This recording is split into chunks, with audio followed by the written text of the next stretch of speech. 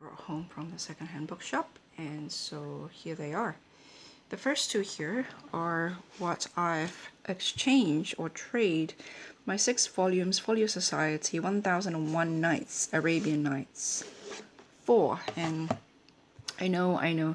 This one here is A Short History of Time, not to be confused with A Brief History of Time. And this one here is an American classic, To Kill a Mockingbird by Harper Lee, Folio Society edition. So just really quickly showing you this one here, A Short History of Time, and not to be confused with Brief History of Time, which I believe is by Stephen Hawking, I think. I remember talking to some people about how characters in the Bible are often described as being several hundred years old, and then how ridiculous that was. And I remember asking the question as to whether we know if the year talked about in the Bible or in whatever manuscript that has been translated to English or whatever language we're reading the Bible in fact refer to a year which consists of 365 days, and each day consists of 24 hours, and each hour consists of 60 minutes, and each minute consists of 60 seconds in a way that we understand them today. Sorry, I have to pause periodically to cough. As I've mentioned, I thought I escaped the cough, but as October is approaching, apparently I'm coughing again. So for example here, it says subdivisions of the hour: Byzantine, Greek, medieval, Latin, and then there's Hebrew here, and then it says here 1 hour is 12 minutes. Here 1 hour is 15 minutes. Here 1 hour is 12 minutes. Here 1 hour is 1,080 halakim, or minims, etc., etc. And so you can imagine if you're translating old manuscripts and it says minutum, like this one here, or tiny thing, it could mean 4 minutes, it could mean 6 minutes, it could mean 24 minutes. I mean, how do you know? So I just find that really interesting. So it's more of a sort of a historical, cultural, social story of time rather than the scientific story of time. And I thought it's quite fascinating indeed. Look at that.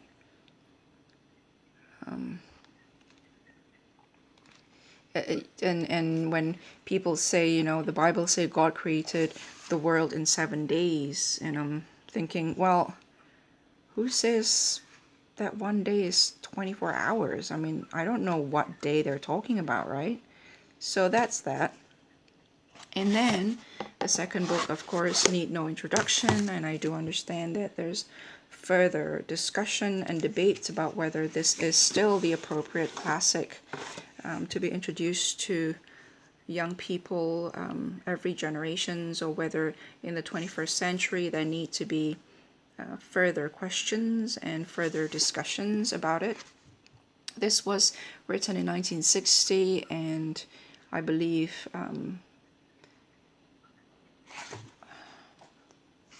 the context is the deep south of the United States of America. It is a time and a place that I do not know very much about. All I remember is an old black and white movie version of it that I watched years ago, or that I watched parts of, on TCM, Turner's Classic Movies. Sorry again with the pausing and the coughing. And so this is Folio Society, what year is it? 96. Illustration by Afka Brouwer. Introduction by Albert French. The introduction is very, very good. 1996. So I will read out the introduction and look through. So this is 96, Folio Society. I will look through this book and read out the introduction in a separate video dedicated to it. And then I went back there to visit the 6 volumes Folio Society Arabian Nights to show you. And I found more books. If you recall, I showed you this one here, The Black Death, Beethoven's biography, both by Folio Society. And the third book is still behind the counter reserved for me, waiting for me to be able to bring back more books to trade for it. So far, I traded a whole box of books for these two. And then I traded another bag of books for $40 worth of exchange value, which has been credited to my account. And I'm $30 short to claim the Feudal Society book, also by Folio Society. I'm quite fascinated by the history of European history, in particular medieval and English history around Henry VIII, around the Renaissance, the 1500s, 1400s, the reign of Henry VIII, because of their connection to the Church of the Roman Church, the Roman Catholic Church that I grew up in. And my fascination with the Roman Catholic Church is due to a long life searching to understand if I belong really in the church. And I think I have decided that what I believe is very much not quite in line with where the church is at right now. However, all my life, that's all I know. You know, I've never been quote unquote any other religion. I've never belonged to any other religion. Even though currently my belief system is very much perhaps closer to the Anglican Church, the Church of England, and that's probably why my fascination with the era of Henry VIII, because he was the person responsible for the birth of the Church of England. And anyway, we'll discuss that some other time. So this is the Black Death, which is arguably a very pivotal history in Europe, in the development of how history unfolded in that part of the world, and therefore, you know, the domino effect from it. So this is 1997. This one here is first published by Collins in 1969. And this particular edition is 97. The preface is by Philip Ziegler. And the copyright is by Philip Ziegler as well. And paper map drawn by Dennis Baker, set in Minion, Folio Society, printed in Edmondsbury Press. Berry Street, Edmund, on Caxton Wove, bound in full cloth, blocked with a design by Francis Mosley at Hunter and Foley's, Edinburgh. So I really love the dancing skeleton there. There's another violin playing skeleton. There's a whole raft of shipped burnt, I guess. It's just black. I like the little rat over there. Again, I will read out the introduction and just talk a little bit more about the book in a separate video dedicated to the book. So I don't usually like to buy nice editions of non-fiction books such as this, but I found that a lot of Folio Society's editions of non-fictions are classics in the field.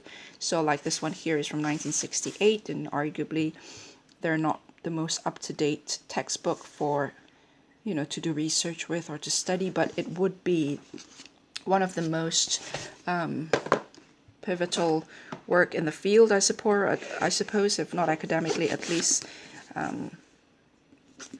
in popular culture, so that's important, and therefore it becomes a classic in its own right, because nonfiction, as you know, they will have, if you remember textbooks from school or from university, you would remember that you have to constantly buy the next revision to keep up to date with the information to stay relevant.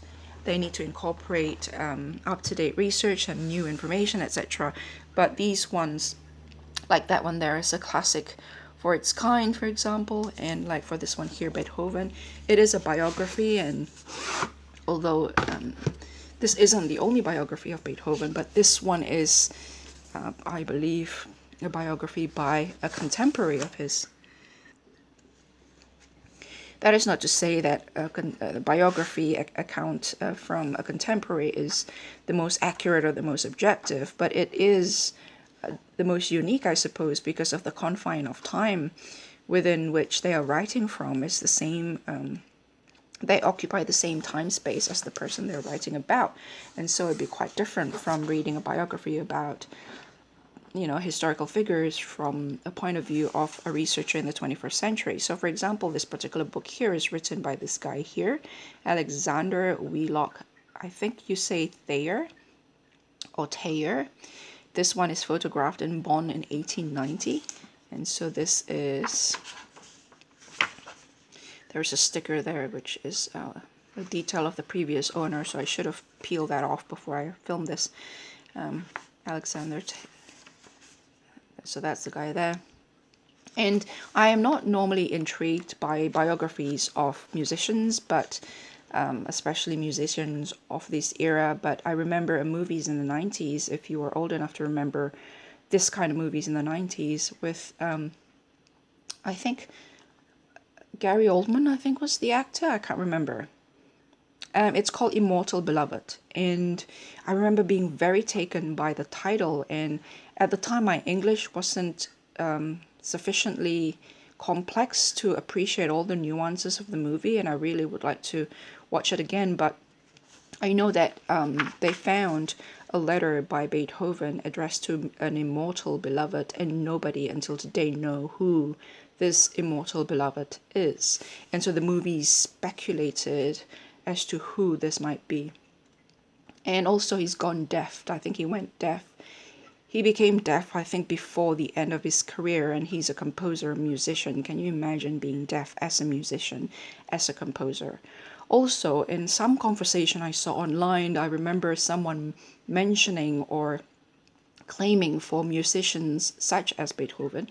I don't think they were particularly talking about Beethoven. I think they were talking about Bach or somebody, as a cultural elite. And I remember asking myself, how do we know they're cultural elites? Because just because they are associated today with the cultural elites doesn't necessarily mean that they were part of the cultural elites in those days.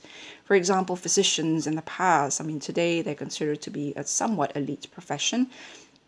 But from what I know in the past, a couple of 100 years ago, they were considered to be rather a humble profession, like teachers. And sadly, teachers are still considered a humble profession, even though they are shaping the future of humanity. But, you know, we can chat about that some other time. So I always find it fascinating to hear presumptions such as that. And so I become curious again, to know a bit more about how the life of the musicians such as this, they're working musicians, perhaps not unlike, I don't know, computer programmer or app designer these days, perhaps, or actors, or I don't know, or a writer perhaps, or a copywriter, or an editor, or I don't know, well, maybe a YouTuber, who knows. So are YouTubers cultural elites, even though they're making millions? I don't know. So yeah, so we can chat about this particular book independently as well, so that I can title them according to the title of the book, so that people can search. So they are searchable based on the titles of the books. So those are the 4 books. The 5th books are still at the Secondhand Bookstore, Feudal Society, I think it's called, and awaiting my next lot of book to be surrendered and swapped and traded for it for another $30 worth of credit, short of $30. And so when that time comes, I will come back with that other book as well. And until then, I talk to you later. Bye.